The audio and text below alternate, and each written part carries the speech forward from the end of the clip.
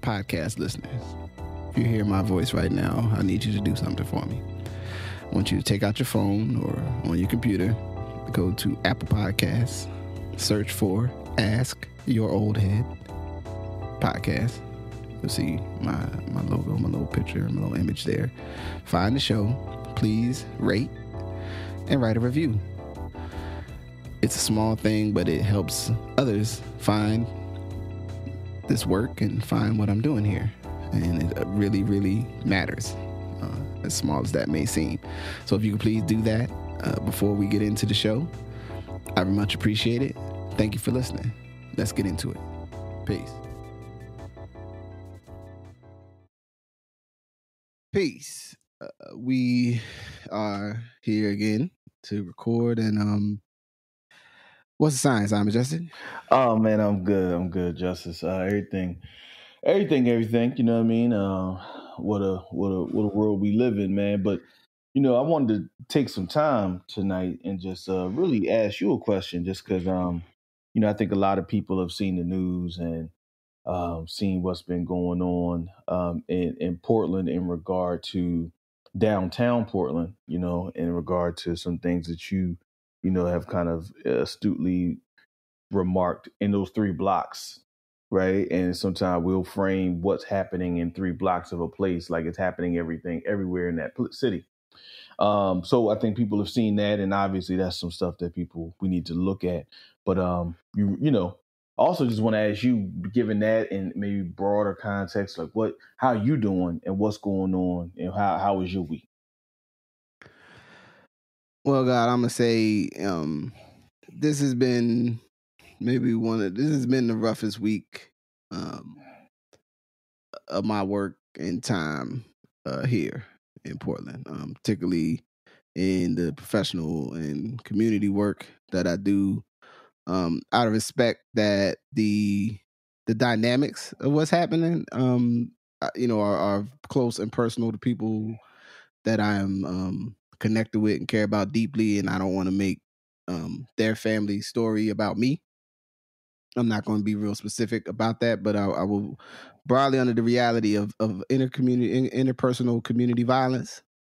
And we've seen other, I guess we could say if and I say we've seen by a degree of the internet of people who are obviously more popular than me. Right, have some incidents around folks remarking on interpersonal violence that happen in their space, right? And so in a moment like now, where you have provocations from the federal government to entice protesters to do something to provoke a response, and this national focus on this city and this area, we have experienced, and it's not over, unfortunately, an eruption of violence that has taken several young people's lives, has the people, a great many people who spend, and I know we're not the only people that when you work in the work that I work in terms of working with youth and families involved with systems and circumstances, you understand that what's happening in those worlds in a way that other people they don't really understand. Right. And so when you lose a young person, and for me, young is everybody under 30 really right now in my life, right? But especially under 25, under 24, it's like, yo, you ain't lived yet. You know what I mean? It's very, it can feel like you've been defeated, right? And when you maybe known that baby when they was in middle school, and another person you work with knew them also, but like at a different point when they was in high school, and you find out a staff member, another person, like kids went to school with that kid, and this person knew each other, and there's all these layers of connection and family, and then when it's happening and you see the amount of people who are heartbroken, right? Who are saddened, and especially because sometimes the way it gets pitched is that like that the way Black men especially will grieve around these matters is not always I don't know, it's not always understood, it's not always treated with the sensitivity that I think it garners. And you know, when you find yourself in a place where you don't want to give in to despair, you don't want to lose sight of that there's causations and factors, and you can get into the deep systemic realities of like, well, this is the, you know, as I've elaborated, or this concept I'm thinking about is that this, you know, our interpersonal community violence sometimes is like the tail of the dragon, right? It's the tail of the beast. It's the very end of this long arc. You know what I mean? This long swing of forces and powers, right? And then it plays out in a certain way, depending on all the circumstances that have, you know, preceded that person's life. But every one of those lives is so valuable. Every one of those young people that are harmed, every family member that's crying, that's sad, that doesn't understand like why this happened. And I wanted to be clear that the value of someone's life is not just about whether or not they were, you know, quote unquote, a good person by whomever's estimate, or if they may have had a record, they may have had missteps. But we still, if you knew them and you, as me, see the reality that someone could, you know, be in error today, but will have the opportunity to not be in error and to be honorable in the future, right? Unless they're not here with us anymore. And then they don't have that opportunity. So, you know, this week has been tremendously difficult, tremendously destabilizing, you know, discouraging. Also, though, you find yourself at the place where you have to go, what was within my power? What is the appropriate thing for me to do, you know, in my place? And then also, though, man, give yourself, you know, I had to give myself some space, you know what I mean, to break down, you know, distill whatever in the way that I needed to, you know, the process, and to, you know, accept that this harm is happening. It ain't over.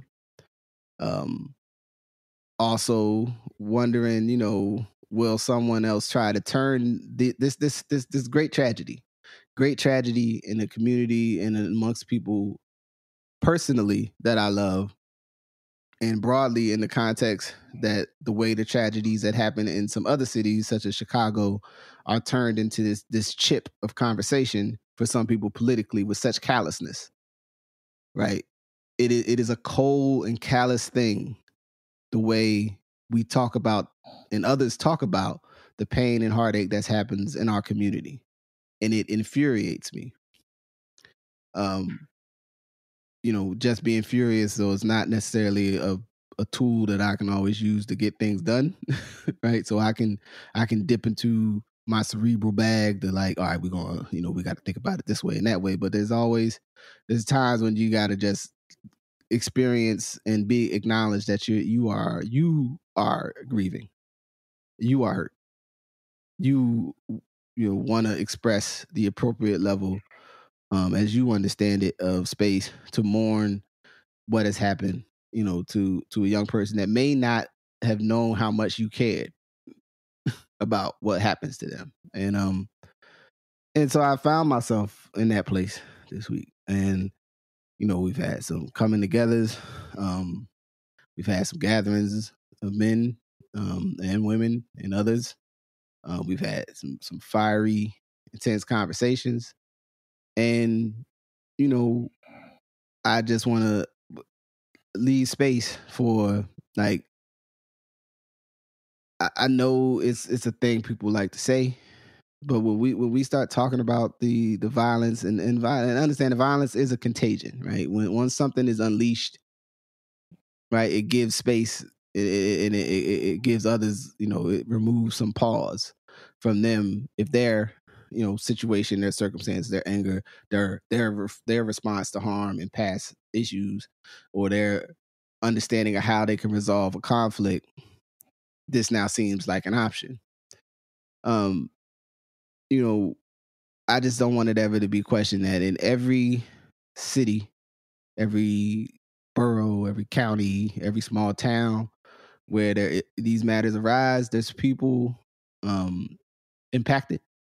There are people who may have been working or engaged with that individuals or the individuals involved that are devastated, and they often do not have a place where they can be at peace with that, what they're dealing with, for fear that others will use it, to further, deleterious ideas about our community. And I just want to make sure that that is said.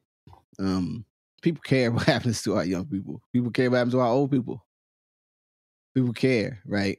And the salient idea that I wanted to, two things that have been rolling with me all week and tied to this, because the question, one of the questions that came is like, well, what do we say, in some of my organizer spaces about this, when a young person, a man, young or old, a woman, takes another person's life, in their violent manner, around the interpersonal conflict that they was having.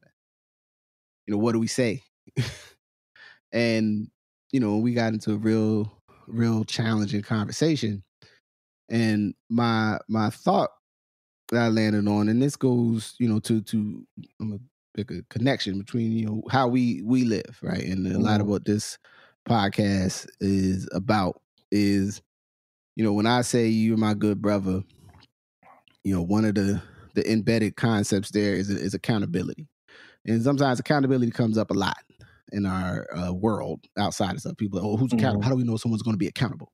Right. Yeah. You know what I mean? And often it's not really used to actually be about accountability, but as much as about questioning somebody's intent and evidence of lack of trust. Yeah. But for us and how we live, I could not be who I am without the accountability that exists between me and you. Because for me, as is for others, you are a person that's my accountability partner. Like before that became this concept in the Silicon Valley and in the tech space and in this and that world, right? That my brother, I trust and know that you would tell me the truth if I was out of pocket. Right. If I was intending or looking to do something that was outside the character and the scope of our morals and value system of how we see things, or something that could not be justified, right? I know you would tell me. Now you may not, you bear with it that you may not be able to stop me, right? But you would, but you wouldn't let me do it without saying something, right? Yeah, right. So, you know what I mean, and I tell you when I say, when someone takes actions, everyone is accountable for their actions, even if the circumstances and we're in an unfair, unbalanced, other than righteous structure. You're still accountable for what you do. You're still accountable for your choices. Now, you still are. You're still accountable. The resolution, if the circumstances change, there may be leniency given, there may be adjustments in what that accountability means. But once you've harmed somebody, right? Something is owed for what was taken. And you may not be able to pay it back. You may spend the rest of your days trying to pay it back. But we have a duty to remind each other, like when we're talking about that you're accountable to that family, right? You're accountable to the people that are next to you. And most of us, when you understand the work, you understand the power of relationships. to divert people from certain things, and that often when people are making actions, they are doing it in response to the person they feel accountable to. Right. So that's where the people who are close to you, who's in your network, who's in your trust circle is so vital and so important. Why we, as each other, and then as our larger circle, brothers, are very focused on how you move. What is your direction? Why is this the right thing to do? What things can be questioned? Right? Because we are the only. How do you see it? That's right. Because if I depend on you making some interpretation of maybe a shared document or this other thing, and I assume that you understood the rule, I don't know. So I need to ask you, right? So the power of being connected to people is that when stuff happens, if you already have a trusting, grounded connection, you can call that young person or that older person or whatever age that person is who you think might be about to go take an action and say, listen, I heard what happened with that. I understand you had the power to make your own decisions. I'm just calling you. I'm asking you, to just make a good choice, man. Right. And then, the person's going to do what they do. But if you're connected to them, there's a better chance that they can, sort out what they're feeling, sort out what they're thinking, and try to work out that decision. Without having a grounding reality, you can find yourself anywhere. You can find that you have all these actions, right? Which is a lot of things we find right now on our side. We have all these actions that people think are right actions, but they're not grounded in anything. So in that ground, they're not grounded in people. They're not grounded in any discernible text, right? They're just sort of like, well, this is how you act, right? And then on the other end, you got people that got all kinds of concepts and ideas, but they don't have no practice, right? Right. So the practice is all over the place. The two things have to be together, and so going through this week and dealing with community partners, friends, people I do service with, and in my own, internal thoughts, right? You're like, damn, did I do enough? Did I not do enough? Because I'm the one that knew, or I knew might be a strong word, but know, or knew of this person. Should we been chasing that young man down to make him connect with us? Because we thought this could be where, his life would go. I don't know. I think that kind of stuff sometimes is not fair to do to you. But you go there. And you want to, you can't undo what's already been done. You know what I'm saying? As entropy, thermodynamics and whatnot. Like the world has already happened. These things have already happened. Right. And now we have to deal with the world that is after that. And I really wanted to take this time to start off here because, like I said, I've got to this other side of my thought and my particular grieving, my grieving around this as it stands at the moment, where I can articulate, I can act, and I can do. But to get there, I had to dwell in just a real sadness, you know what I'm saying, and a real disappointment. Disappointment is probably not the strongest word, but shit's fucked up. And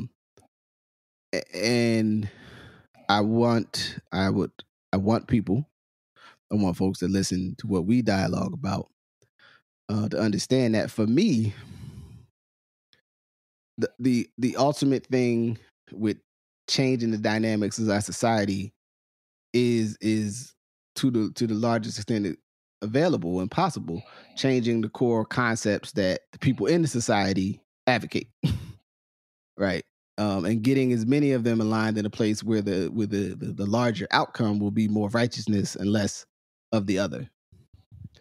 That's a long, hard way to change the world, right? But the reality of it is the whole world is happening at all times around us, and everyone's ideas eventually will be a part of how their life will play out and how it will, what they will experience, and what things may be, there at their time when their time ends. It's not a judgment. It's not a judgment in the context of like a good or bad. Mm-hmm. It is a understanding for me. It's the thing that you understand about our ideas and like where does that thread go? And for me, it gives me what some folks will call a hope, right, or a possibility of change, because I know that people can adopt ideas and they can study, they can look, they can see things differently, and then see, oh, I can actually divert the path, right? Where for some folks, they may look at the same thing and see, it's a dead end. So I want to just honor that, our world is malleable. We operate within it in real time. This is the only place we've known to be home. And the capacity or the opportunity for it to be more in the way that we want it to be is not extinguished because whatever has happened the day before has occurred. And we gotta come together. You have to look at the circumstance and say, well, what could we do from here? And and for my peers that are hurting this week in this city, I just tell them I love them, and I do what I can for them, man. But I just don't want folks to take, when these things are happening in your neck of the woods or where you reside, don't be flippant about it, man. Yeah. So that's what I'm gonna say. I think I'm done.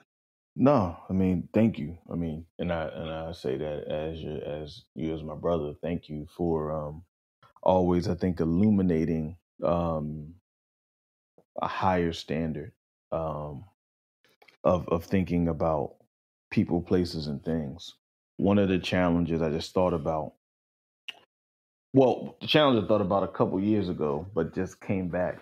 One was how flippant we all are about the cost of Black life and the sanctity of Black life in America. White folks are very flippant about it, and sometimes so are Black folks, for different reasons, emanating out of the same cause, but different manifestations of it. And you find other people's lives or, life is perceived differently, right? And this is not this is not that. This is just to say that, to go to a second part of the conversation where, as you were building, I just thought about, like,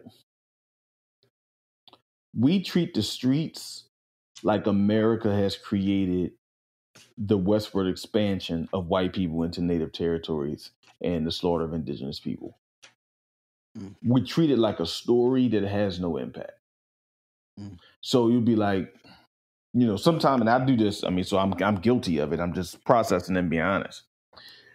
When the JBM and the Shower Posse was going to war in Philly in the 80s, right? And we talk about, even to this day, from Philly, especially for certain parts of Philly, you talk about the beef between the JBM and the Shower Posse. But and sometimes you talk about it, and you talk about who came up, who won, who lost, and in West Coast gang culture, West Coast street culture, rather, not just gang culture, street culture, you'll hear about who had points on who. You know what I mean? Like who was up on who. Mm-hmm. So it becomes like a game, or becomes this story. But to your point, you forget the person that was, cared about animals and wanted to be a veterinarian. You forget about the person that brought a smile to everybody's face. You know what I mean? And the trauma the collective trauma that they all take with them.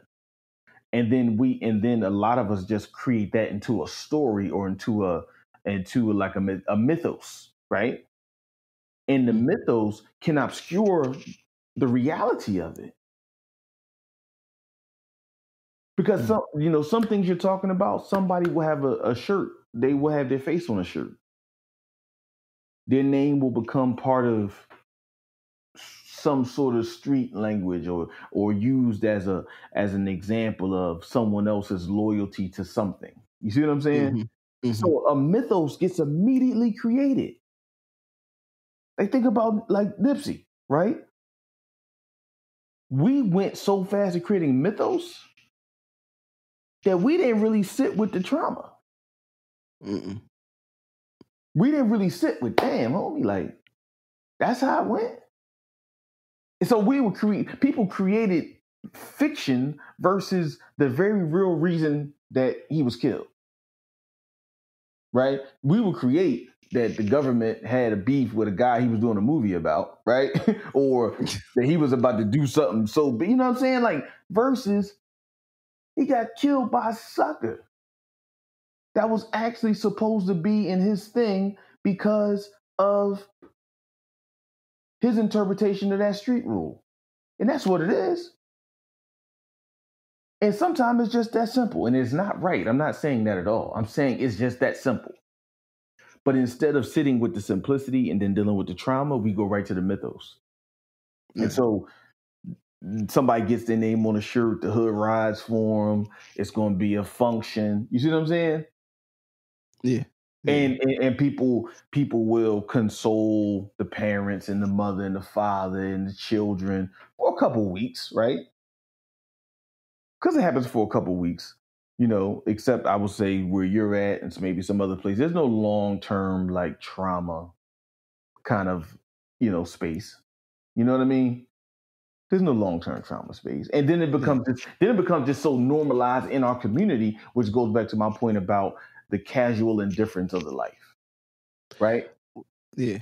Well, something I can add is the really painful reality of this is, when there's violence in the community, there are always people for whom the experience of it is far outsized than everyone else. Right.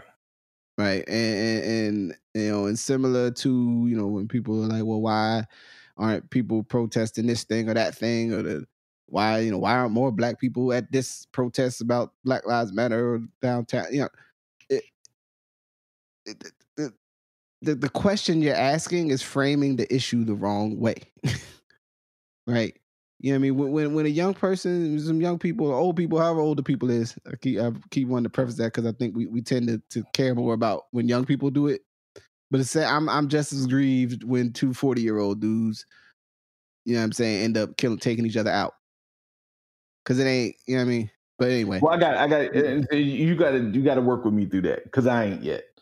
Let me say this. I'm still aggrieved. I'm not, definitely the loss of the potential reality and what's not experienced. So it's not the same. But I know what you mean. No, but I get you. Yeah. Right. I feel you. I feel you. So I know where you're going. The lack of like the purpose of whatever type of social demonstration is to signify to an entity that scope and size is so large, right, and so dispersed that it's kind of hard to like. You can't just go to the precinct office and yell at the officer that takes the reports and go like, "Man, we are really upset," because that person could easily go, "Well, could you fill this out? Thank you. I'll make sure it gets filed." And right, and then the interaction's over, right? So when you're talking about interpersonal community violence, you can't go protest in front of somebody's house. Like, your nephew really upset us. That is not because it's family, it's community. There needs to be an engagement. There needs to be an exchange of ideas and words.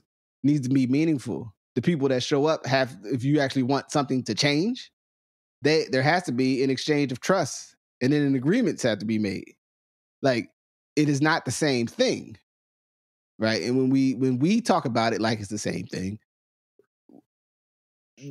we feed into this idea that like whatever the actual particulars of the matter that happened didn't matter, but we know the particulars matter. You know what I'm saying? As you highlighted with Nipsey, like the particulars of what happened are part of what happened. Right. You know what I'm saying? The other, like, you know, and it often it's not going to be a, you know, if you do the post-mortem assessment of the situation, it's not going to be anything that's just clean and simple. And there's a good chance that's something that's like, wait a minute, that happened because a mistaken identity. That happened because of some, you know, issue with a relative from, you know, 2 years ago.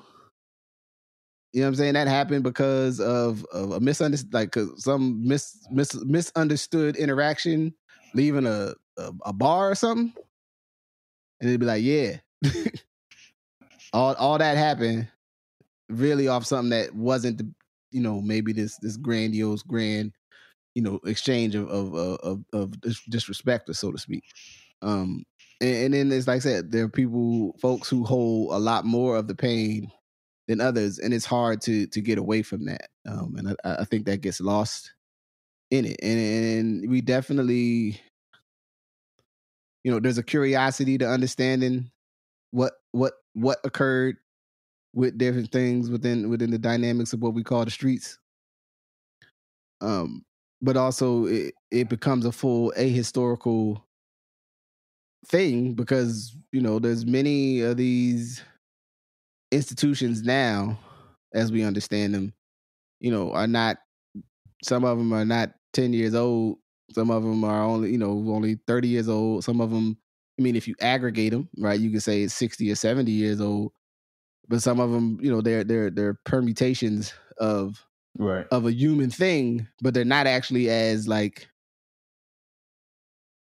you know, rock granite, so to speak. As they spin, they become like most things in America, like most things in the world, not just America. Like from Al Qaeda to ISIS to ISIL. I mean, those are different things, right? Mm-hmm. Those are permutations of a thing. Yeah. And so if you try to deal with ISIL like you dealt with Al Qaeda, you'll never deal with it properly. Right. Because it's permuted a couple times and has developed a different thing. And one thing I just wanted to say on that is, on that side of the conversation you're talking about is that level of accountability, right? And when I talk about accountability is rooted in trust.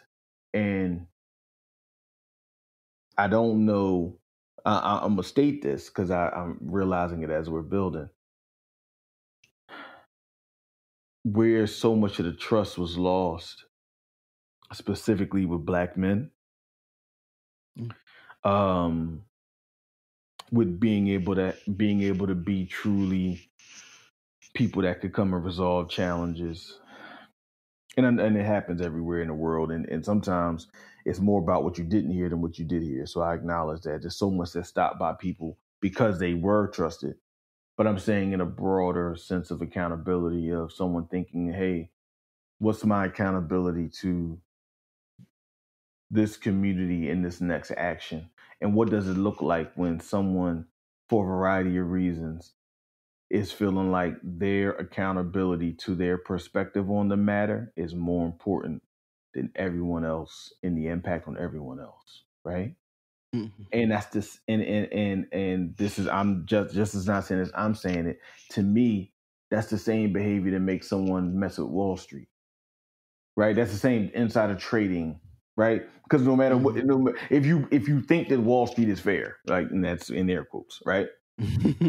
So, but if you think it's fair, that's one thing. We're all playing by these rules set up by the SEC. But then you're going to get information and do something before everyone else does it, right? So the accountability and the importance of your benefiting and the importance of your perspective is more important than the entire system, right? Yeah. And so you see this idea permeating all through our society, right? Yeah.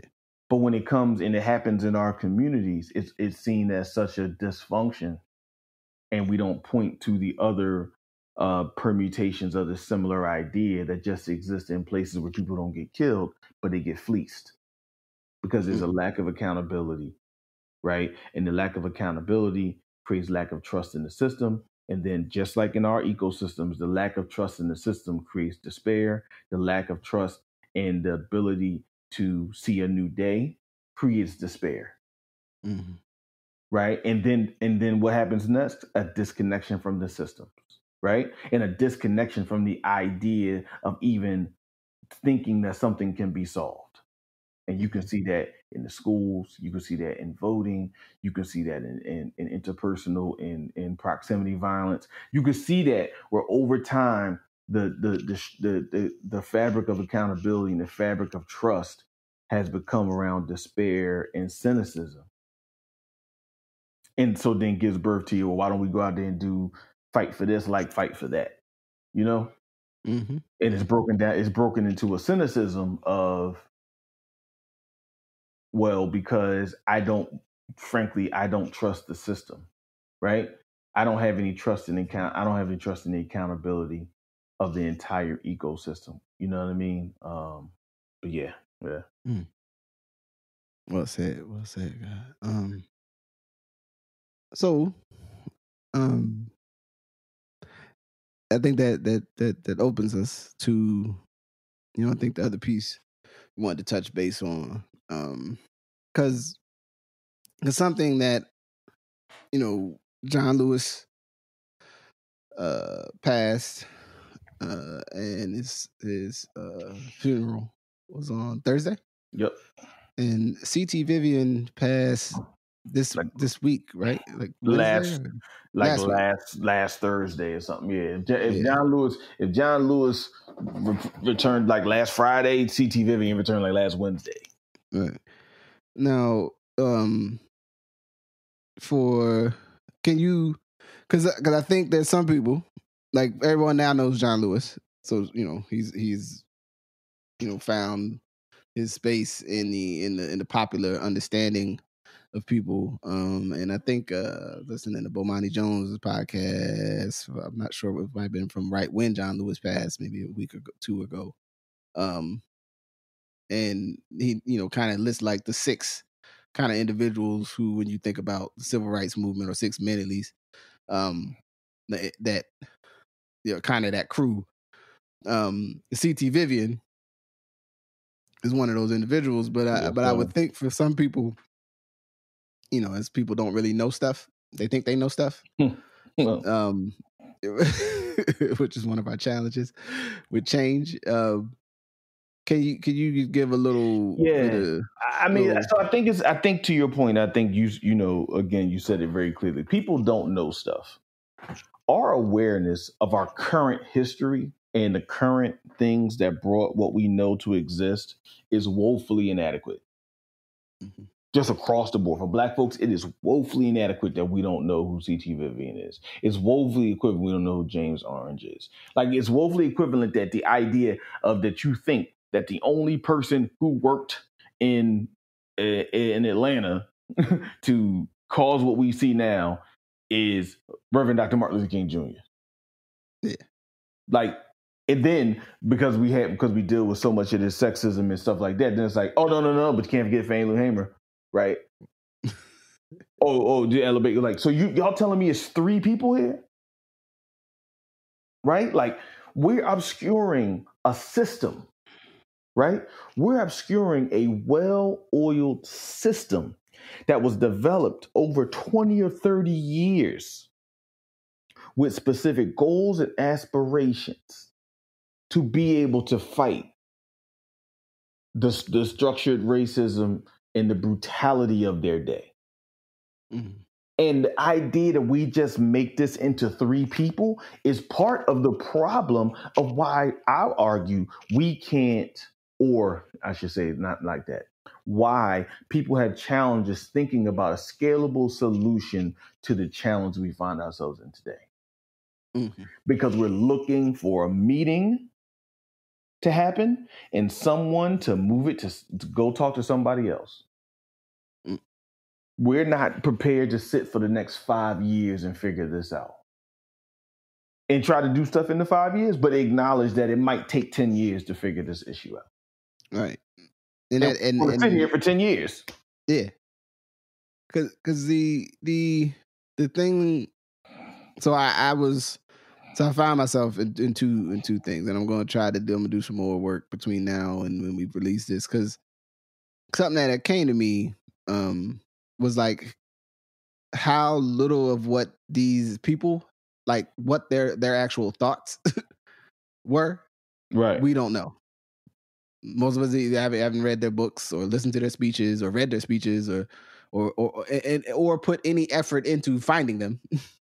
Right. And I'm unfortunately never surprised when I go to look for, I was looking for collected speeches of A. Philip Randolph, right? Because A. Philip Randolph has been a person who I know I need to like understand better. Mm-hmm.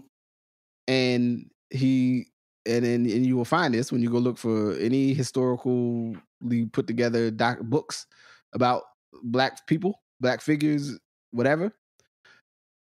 There was a book. It's not in print anymore. Whatever copies are available are all $70, $80, $100, $200. Right? So you create this situation where I gotta outlay a grip just to get where somebody that's took the time, scholars maybe took the time to put all this stuff together so that people could study it, right? You know what I mean? Which is a part of what scholarly work is, why it's important to you individuals that seem to not understand that, right? It's not as a damn exercise in ego for someone to be scholarly. Is that they can take the time to put together all the stuff and all the materials, so when we need them, we can go get them. Right? You don't got to start from zero. It's like, no. There's a brother. His sister spent her whole life putting this together. So now when you need it, you can go. You can get to the other thing you want to think about, right? So, I was looking up for, there's some of the other materials, because I feel like if folks were more grounded in like, well, what are they at? Because people go like, well, they're integrationists, right? They'll like say it with this like aggression, right? I'm like, well, what does that mean? Like, why? Do you understand what you're being all aggro about? And do you understand the context of what they were living in to draw them or move them to the conclusion that was the safest thing possible, right? So it's easy to say, yo, you did something I wouldn't have done, but you weren't there, so you don't know what you would have did. I was thinking today, and I want to get back to it, but this idea, and people say, I'm not my grandmother, or I'm not my ancestors. And I'll be thinking, no, you're not your ancestors. You're absolutely not. Like, you actually had to print out stuff on lithograph, and you had to go to people's houses, and you had to sell chicken dinners, right? And you had to go to congregations, and you had to like go to people's houses and sit in the rain and actually know that you can be killed by police in a whole nother level at any moment, that they had roving bands of people who would murder you with. And as much as we argue, and I'm not defending it, and clearly you know this, but as much as we talk about the police, the idea that there was a time in the South and the North not that long ago where you could just show up missing. Yep, you just disappear. They're like, yo, you seen what's his name? I ain't seen him. He said something. I ain't seen him. He was talking a certain way. White folks ain't like it, and he disappeared. Right? So no, you're not your ancestors. You're absolutely not. I agree. Your ancestors brought a system to shift in a way that the world had never seen. I agree. You're not them at all. But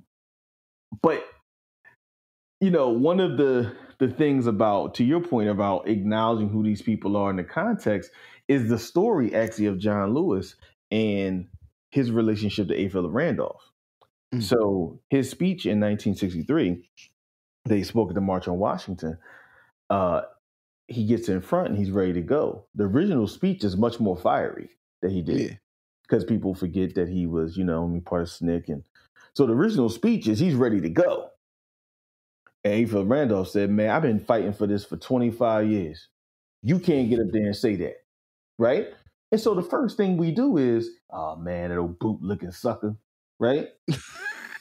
Right? We call A. Philip Randolph the person that's responsible for half your families having middle-class jobs and half of black folks being, you know what I'm saying, functional members of society, especially on the West Coast, frankly. Yeah, I say you black in Portland, you owe a debt to A. Philip Randolph. Right.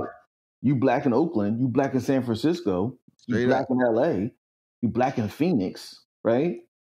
So, but A. Philip Randolph said, I've been fighting for this opportunity since Roosevelt. I finally got it, and the Kennedys is halfway listening. We need to move this in a way that gets things accomplished. Now, that's a different thing that he was a bootlicking integrationist. He had a 20-year view, right? At that point, John Lewis didn't have a 20-year view, right? He didn't have that context. Yeah. So you have to watch in judging the methods of people who have had a view that you may not have had. That doesn't mean they're always right. You can question, there's why the test is duty to civilize, right? So that's, you're supposed to question it, but also don't try to think that this person, because of one action that you hear about, makes them fit into your light or dark view of their contribution to the movement, right? So it's really getting back to C.T. Vivian. C.T. Vivian was one of the really like ones that non-violence, like when they had really bought into that, you know what I mean? And he continued to do a lot in Atlanta, which is, I think, one of the reasons why Atlanta still holds such a great kind of stature in the collective reality of Black people, frankly, is because a lot of the infrastructure post civil rights just went down there. Right. So you think about it, the infrastructure just stayed. Like, so you think about a lot of the stuff that happened. Yeah, some people went to New York, people went to Chicago, all that kind of stuff. A lot of the infrastructure, man, they just went right back to where they was living and continued their activities in those places and built networks and built relationships and built power over time to be able to create the space. And for me, John Lewis's returning and C.T. Vivian's returning, and me and my pop was talking about this the other night. I mean, makes a good point. This is kind of the end of the era. The only one that's still around, and I'm using this in a very broad sense, that was still very close to Dr. King in this context is Andy Young. But so the rest of the crew is all dead. Right? And so it made me think about that on a whole nother set of levels. Like, you got this, again, what you see is the tip of the iceberg with Dr. King, but really underneath the tip of the iceberg, under the water, is the legacy of millions of Black folks who have struggled. You know what I mean? What you see is El Haj Malik Shabazz. What you see is, you know what I'm saying, the Nation of Islam at that time. What you see is the Panthers. But what really you understand is the millions of Black folks who struggled, who gave what they could during that time, right? And that legacy of one, understanding that and communicating that struggle, right? And not the struggle for despair, again, right? The struggle for awareness and the struggle to know that you are actually in the place you're in a better place you're in, because of people that went before you, right? The fact that we can be having these conversations on and put them out so anyone in the world can hear them. We know that 50 years ago, Black folks tried to say something, the newspaper wouldn't even get to another city. They stopped the newspaper. They couldn't get to another country. Right? So we are literally benefiting in ways, and the legacy of this movement, and President Obama talked about it kind of yesterday, and it's an interesting kind of space, the protest to politics conversation. I'm one of the people that's clearly living a living manifestation of that in some senses of family and people who, for their perspective, protested and then thought that, okay, we're going to protest and we're going to build power to get inside systems, which then made it comfortable for me to understand that Black folks could be inside those systems.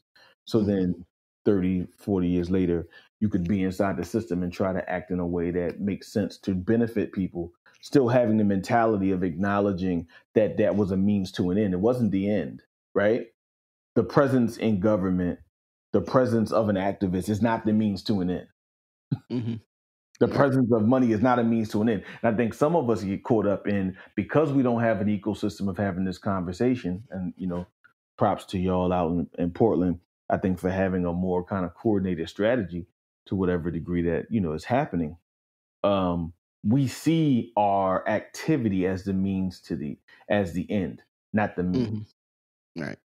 Right. And they knew, John Lewis knew that his activity was not a means, was not the end. Right. And we got to get past that. We got to get past this idea that, you know what I mean, it's part of the legacy play that, okay, yeah, when you get to get busy in whatever you're getting busy in, of you're activists, and generally speaking, white folks is flying you across the country and across the world and shit. You know what I'm saying? Right. You getting some foundation is funding you. You are some kind of contracted advisor to the, you know, to the unnamed philanthropic entity, right? That gives you enough of a financial standing that you can be like, yeah, you know, I'm working on this and I'm gonna go and write this other book. You know, people really have to break out of, you know what I mean, or what's the other one with the, you know, where you want to wrestle, you want to fight with me about the existence of police, right? And I'm gonna say this because this is my bag. You want to fight about and I'm down for all of the deep, complicated conversation about deconstructing the prison industrial complex. Down for all of it. I work with and sit with young people who are they're stepping away from a certain lifestyle, and they want to stay away from that lifestyle. And they know also that if someone was to threaten them, there needs to be somebody who can have the authority to show force to protect their life. Whatever we call that entity, if we remove, you know what I mean, the existing entity, we have to be able to talk about that's a reality. I don't want to be, you are not respecting young people that I love and me if you come in that and say, well, we can just settle that with some other unnamed community thing. I'm like, no, we're going to have to talk about what the community thing is. Because I'm actually talking about the actual person you're asking to trust the community thing to protect him. It's not a theoretical conversation. It's an actual conversation about an actual person's life. And well, that's what happens when the thought does not emanate from practice. The thought emanates from a place where you go think. And then you try to apply it to practice, but you haven't worked on the actual thing before you come out and bring it to the people. It's almost like a mug be like, come out, and I'm gonna use martial arts movies in the 80s, 70s, and 80s. Well, come outside like, yo, I just watched Bruce Lee. I just watched 36 Chambers. They start doing a move, and a mother will punch you in the mouth. And you'd be like, why you punch me? Because you did a move. You look like you was about to do something. No, I was just showing you. I was just thinking about it. Well, you did something. And because you did it, I thought you wanted to fight. Right? So I punched you in the mouth. Right? So I took a swing. I took a swing. And so at the same time, the gravity, there is a beauty to talking about ideas, but there's a gravity to what that means when you're supporting people. And respecting the fact that people are looking and saying to themselves, because of the shredded fabric of accountability and trust, right? There's still a means where there have to be elements who you're looking for someone to come and assist you on a certain level. Mm-hmm. You gonna go get scanners to figure out when somebody's car gets stolen by a multinational network? How you gonna get that car back? You gonna get scanners to do that? Where that coming from? Because I want to take it from the proximity violence. I think where people go is the proximity violence. Yeah. And then saying we can solve that, which, I mean, listen to this whole conversation, right? That violence comes to play because of an ecosystem that has been finely tuned and honed to produce the result it's producing. Yeah. You thinking you're going to put in one stopgap, to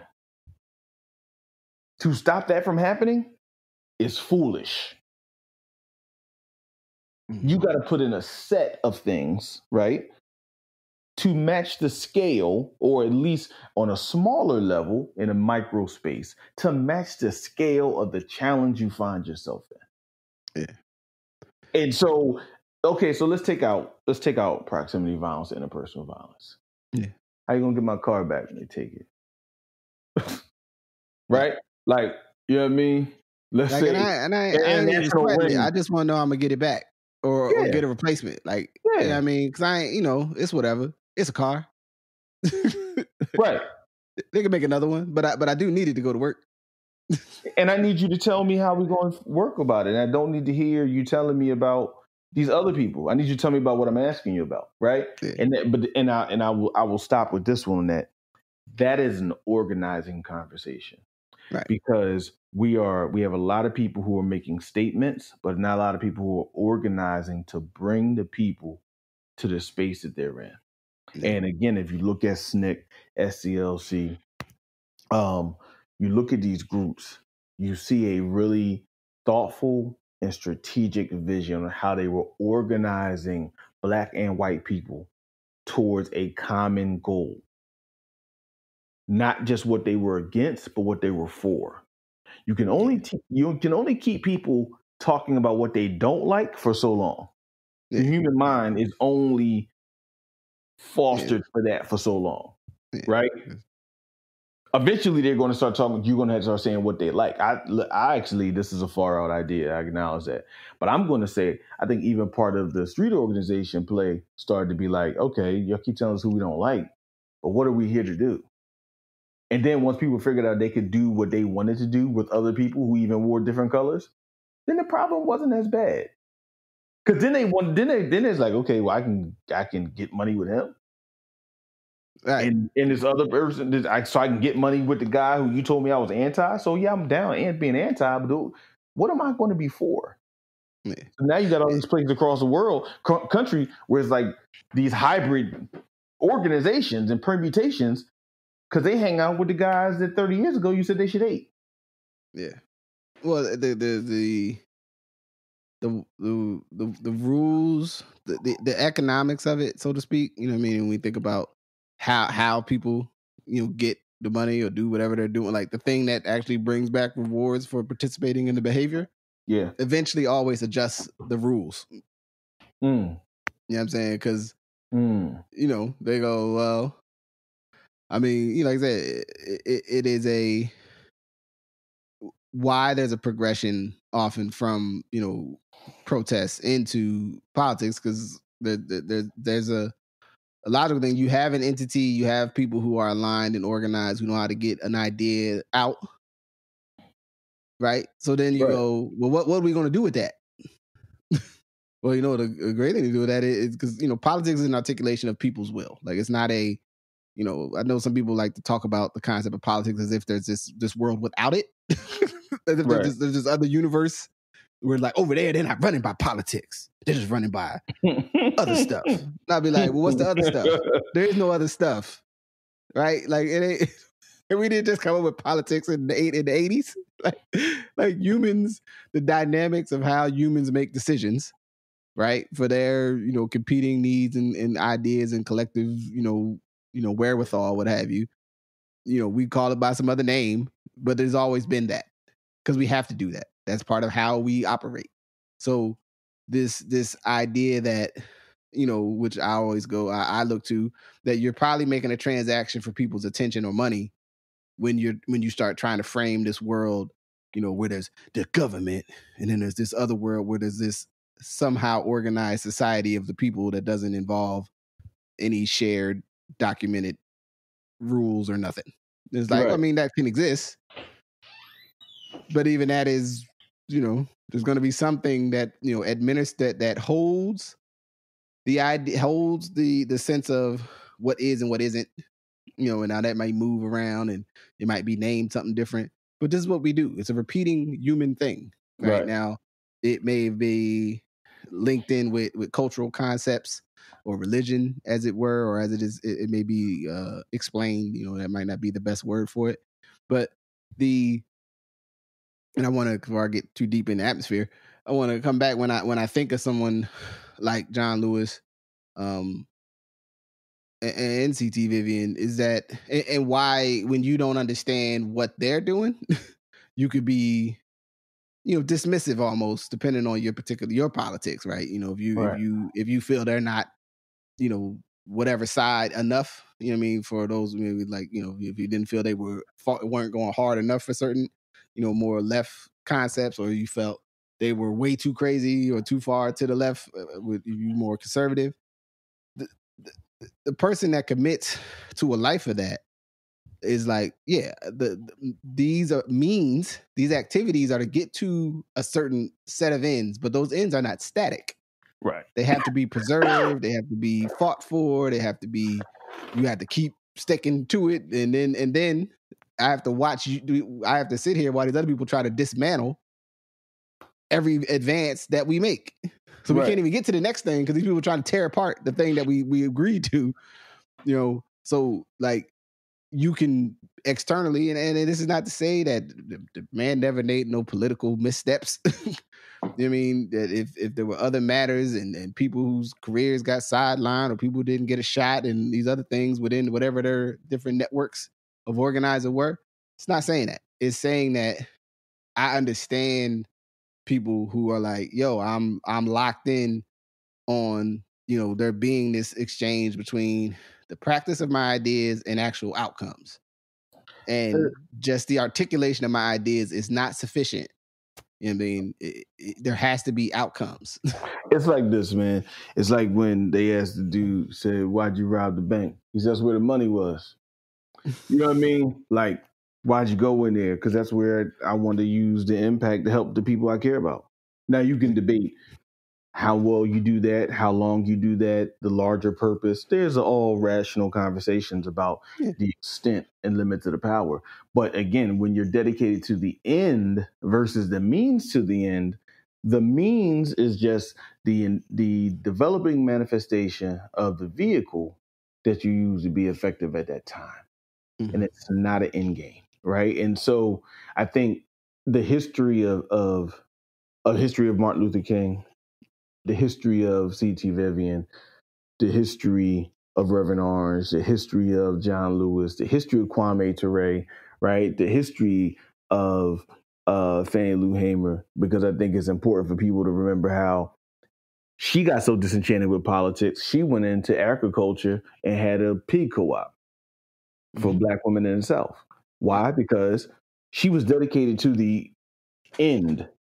Whatever she did in the interim was just that. Yeah. Right? That we know that the methodologies may evolve and change according to the time, right? And for us to be students of history and not students of history reading it from today's perspective, which will always have you see the world in an imbalanced way. And that the legacy to me of John Lewis, of, Congressman Elijah Cummings, of Conyers in his own way, and a lot of the men and women, the heroes and sheroes and different people who went before us, especially in a specifically elected official context, was really about acknowledging that they were utilizing a means to an end to be successful for a group of people. And what is the strategy and the vision and the aspiration of this day in order to do that? Because it can't, the strategy, vision, and aspiration can't be an external thrust that is not as impactful. And I'm going to say it here. I think Black Lives Matter is a powerful, powerful statement, but it's a statement to the larger world and institutions It's not a mantra to us and for us about our North Star. It's not the perspective. It's not the thing that empowers you. It's not the thing that gives you the energy to go on when you get tired, right? That is a statement that is a needed and powerful statement as far as it pertains to institutions who act with disregard and casual indifference for Black life, right? Mm-hmm. But it's necessary, but not sufficient to deal with some of the challenges, frankly, that you have brought up today. Yeah. Right? That's not downplaying it. It's just to say it's not sufficient with some of those challenges because it's not an internal mantra about our expectations, goals, visions, and best sense of self for ourselves. Yeah. And what I'll add, maybe we got about an hour to close, is that the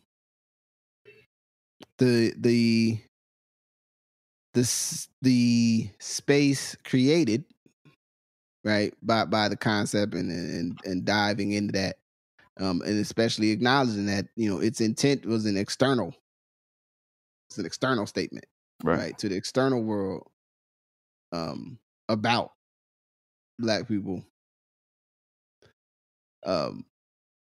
Therein lies where the tension is, and as all things, let it do well what it does well. Mm-hmm. And where it's not sufficient, let's not be bashful in picking up some things that people may have put down because they thought it didn't have life anymore, and also not being being willing and being brave to state in the voice of this moment what it is you're seeing that you need. You know what I mean? And then let's see if that flourishes. You know what I mean? It's okay to acknowledge something's limits. Mm-hmm.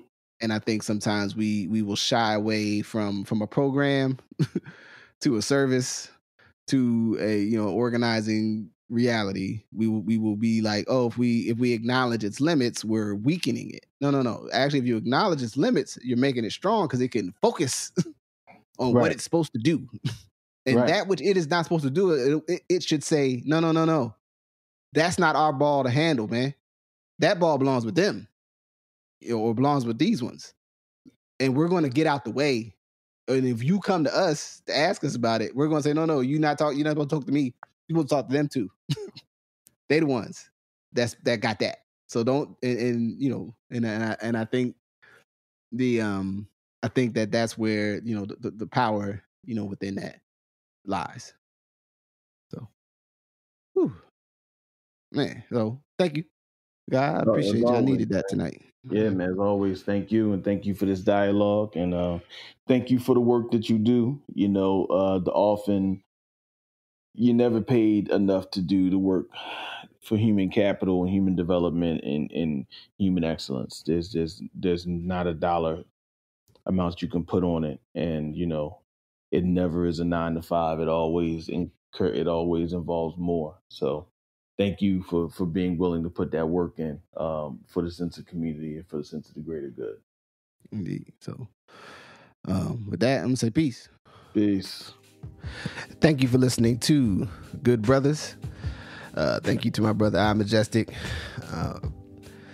In a really rough moment in time for our community, I want to say thank you to everybody in the area out here that's reaching out and trying to support the families and young people, older people, all ages of people that are dealing with some of this acute pain.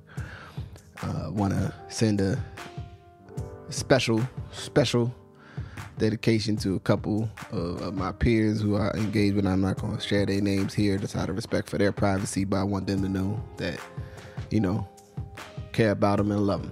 And, to you, the listener, you, the community member, wherever you are, get engaged and support people where you can. It really, really is meaningful.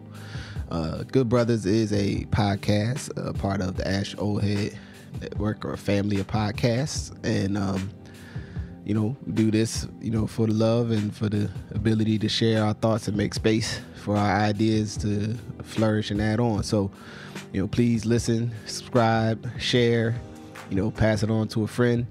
And if you like what you're listening to, you can support me at Justice Rajee or Ask Your Oldhead on Patreon. You can also hit the Etsy shop and purchase a t-shirt or a sweatshirt, even a mug. I'll tell you right now, production is slow due to COVID, but you will get what you ordered, in good time and in due time. In all things, love the ones around you, love the ones afar, and be safe. Thank you for listening. Peace.